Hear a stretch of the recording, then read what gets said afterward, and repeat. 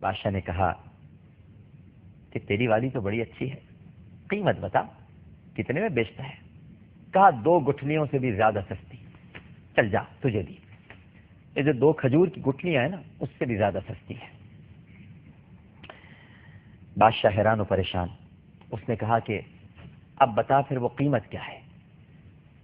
کہا وہ لونڈی تیری ہوئی، بس تو مولا کو راضی کرنے میں لگ جا، خالق کو راضی کرنے میں لگ جا، اور رات کے اندھیرے میں جب سب سو جائیں تو اٹھ کر 2 رکعت نماز پڑھ لیا کر، تہجد ادا کر لیا کر، یہ جنت کی حور تیری ہو جائے گی، یہ صرف تیرے لیے بنی ہے، یہ تیرے لیے ہی ہو جائے گی۔ بندوں کو راضی کر، انہیں تکلیف نہ دے، انہیں پریشانی مت دے، ان کو دکھ مت پہنچا، ان کو درد مت پہنچا، ان کا خیال کر، ان کے دکھوں کو بانٹ لے، اور رات کو اٹھ کر اپنے رب کے حضور گڑ گڑایا کر، دیکھ یہ لونڈی تیری ہو جائے گی، میرے پاس تو ہے یہ لونڈی میں تجھے دیتا ہوں جو مشک اور عنبر سے بنی ہے۔ دیکھ ساری دنیا کی حکومت، تو بھی بادشاہ ہے، مشقت لیتا ہے لیکن کچھ کم پیسے دیتا ہے اپنی رعایا کو، جس میں بڑا مشکل ہوتا ہے حلال کی کمائی کھانا۔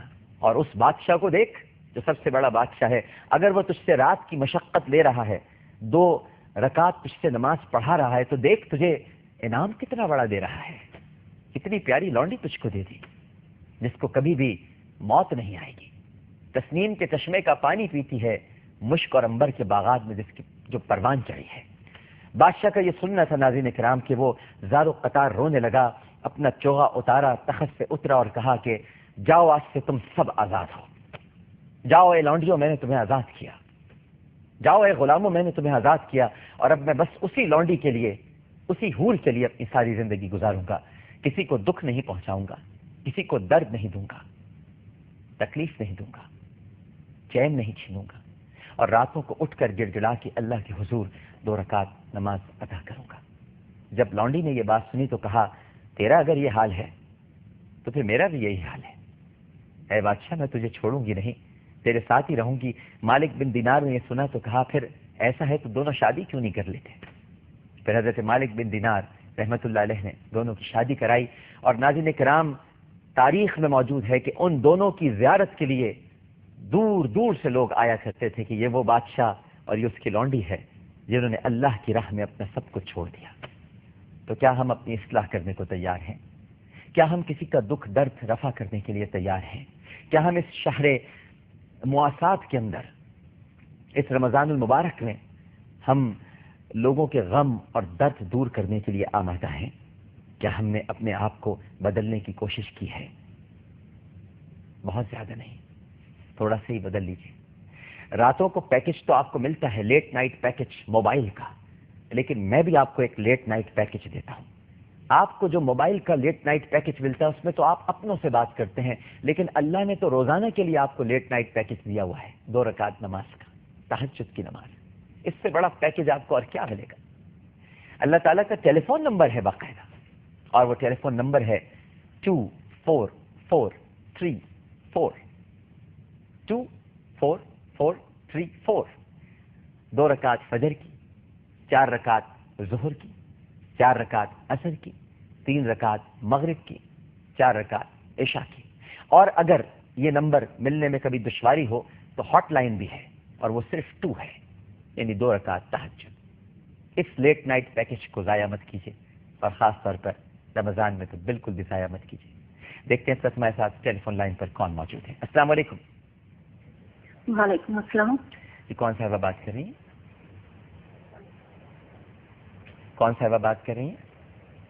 ہیلو السلام علیکم۔ وعلیکم السلام، کون صاحبہ بات کر رہی ہیں؟ میں دبئی سے بات کر رہی ہوں بیٹا، میں نام کا تعارف نہیں ضروری سمجھتی۔ اچھا نہیں بتائیے اپنا نام، بتائیے۔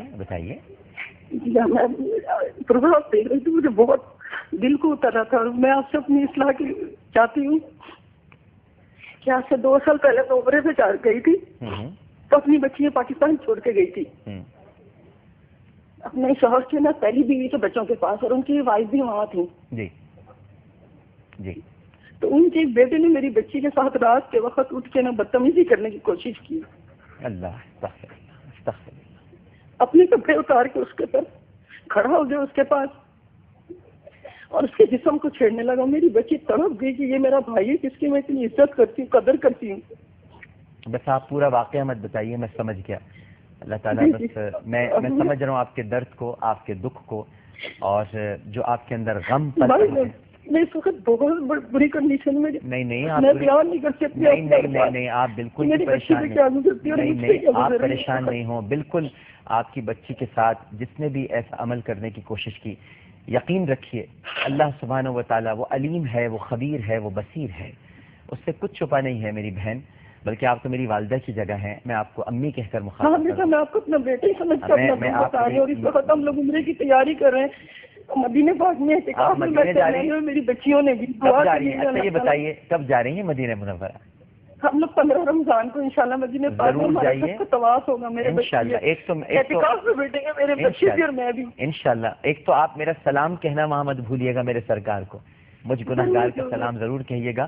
اور دوسری بات یہ کہ دل چھوٹا مت کیجیے, آپ کی بچی پاک ہے جبھی تو مدینہ پاک سے بلاوا آیا ہے.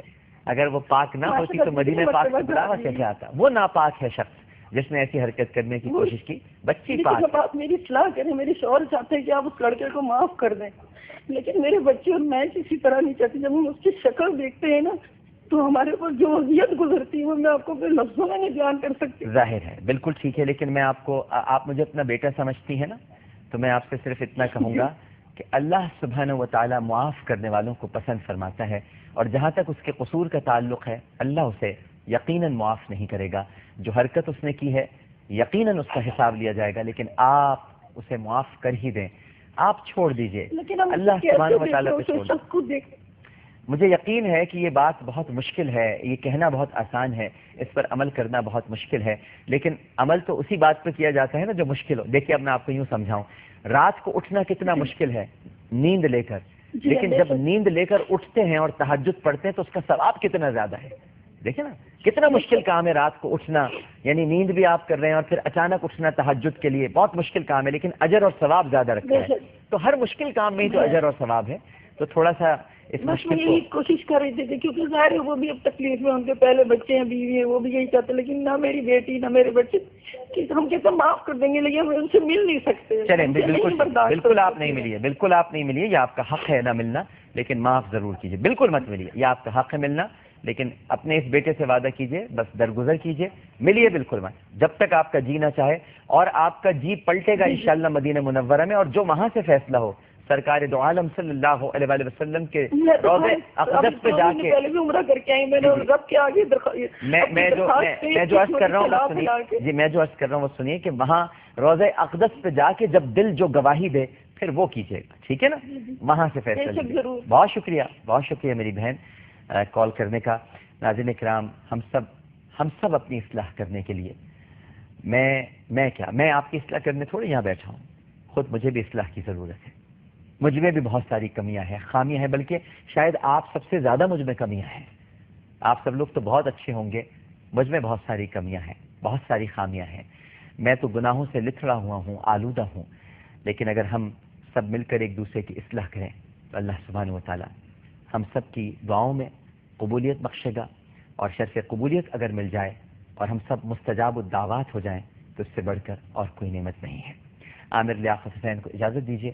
بشرط زندگی اگر سانسوں میں روانی رہی, گفتگو میں جوانی رہی, اور یہاں پر کوئی اگر ناگہانی نہ رہی, تو عامر لیاقت حسین آپ سے کل اسی وقت اسی چینل پر دوبارہ گفتگو کرے گا. اپنا بہت خیال رکھیے گا. اللہ حافظ.